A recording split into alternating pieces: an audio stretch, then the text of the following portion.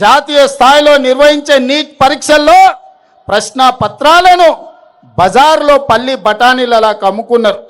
రాజస్థాన్ కోటాలో, మధ్యప్రదేశ్లో, వివిధ ప్రాంతాలలో బీజేపీ ప్రభుత్వం ఉన్న రాష్ట్రాలలో నీట్ పరీక్షల ప్రశ్న పత్రాలను తెగనమ్ముకొని కోట్ల రూపాయలు సంపాదించుకున్నారు.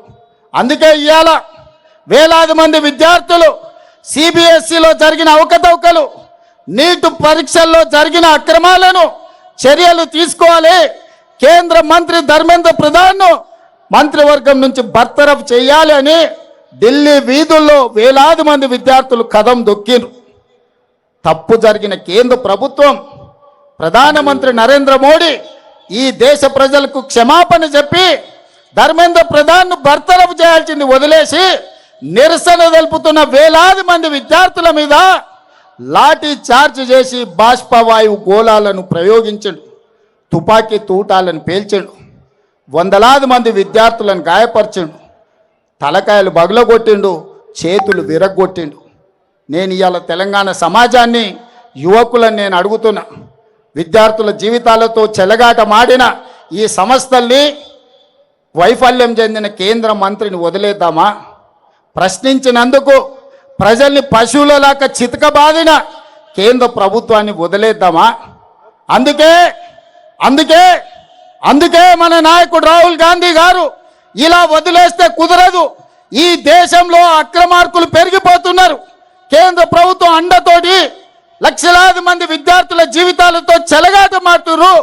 నీ సంగతి తేలుస్తాని మల్లికార్జున్ ఖర్గే ఇంటి నుంచి నరేంద్ర మోడీ ఇంటి ముట్టడికి బయలుదేరిండ్రు కాంగ్రెస్ పార్లమెంట్ సభ్యులు. దానికి నాయకత్వం రాహుల్ గాంధీ గారు, ప్రియాంక గాంధీ గారు వహించారు. దౌర్జన్యం చేయలే, రాళ్ళు విసరలే, నరేంద్ర మోడీ ఇంటి మీద ఎలాంటి దాడులకు పాల్పడలే.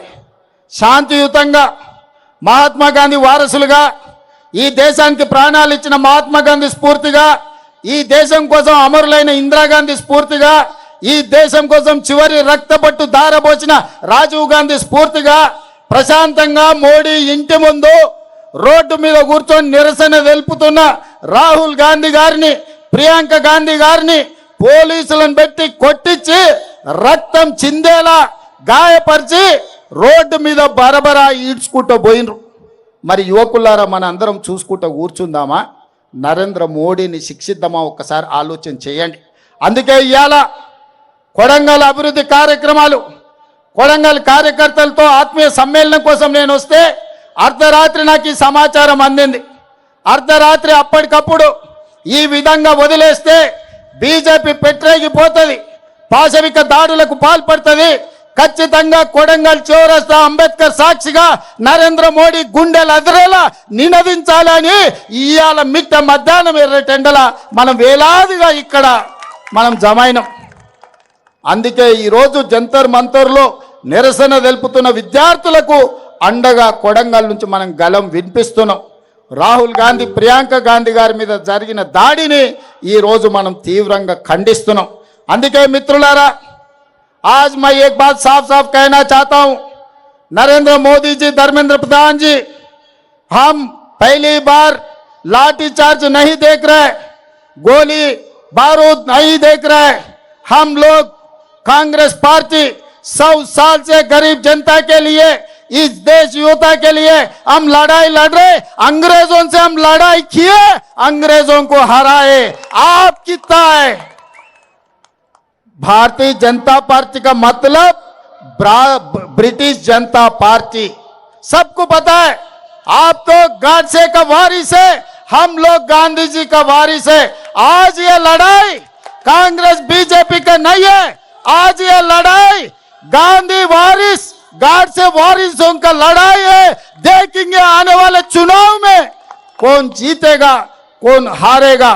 इसीलिए आज मैं साफ साफ बात कहना चाहता हूं, नरेंद्र धर्मेंद्र दोनों मिलके ये देश को लूटने के लिए कोशिश करे। हर किस हम कामयाबी नहीं होने देंगे। राहुल जी, प्रियंका जी, खरगे जी के नेतृत्व में सड़क से लेकर संसद तक हम लोग लड़ाई जारी रखेंगे, हम लोग लड़ाई करेंगे। आपको इस जंग में, इस जंग में आपको हरा देंगे। मोदी जी, ये बच्चों के जीवन से, इस देश से आप खेल ले रहे। आप लोग झूठ बोलने से ये देश खामोश नहीं बैठने वाले। इसीलिए आज इस देश में सब जवान खड़ा होकर मोदी जी के खिलाफ लड़ने के लिए तैयार हो गए। हमारा मदद ये युवता को है। कांग्रेस पार्टी ये नौजवानों के साथ मोदी के खिलाफ लड़ने वाले हैं आने वाले दिनों में। इसीलिए मोदी जी, भारत प्रधानमंत्री जी, तुरंत धर्मेंद्र जी को बरतरफ कर दो आपके मंत्रिवर्ग से, नहीं है तो आप इस्तीफा देना पड़ता, क्योंकि आपके नेतृत्व में धर्मेंद्र प्रधान जी काम कर रहा है। आपके इशारे से वो इस्तीफा दे देंगे, नहीं है तो उनको बरतरफ कर दो, नहीं तो सड़क से लेकर संसद तक ये लड़ाई जारी रहेंगे। तेलंगाना से ये काम, ये जंग शुरू हो जाएंगे। इसीलिए आज कोडंगल से अंबेडकर के साक्ष के, अंबेडकर के सामने आज हम प्रतिज्ञा ले रहे, आपको आने वाले दिनों में कुर्सी से हटाएंगे, राहुल जी को प्रधानमंत्री कुर्सी में बिठाएंगे। आप लोग सब तैयार है? आप लोग तैयार है? तैयार है? तैयार है?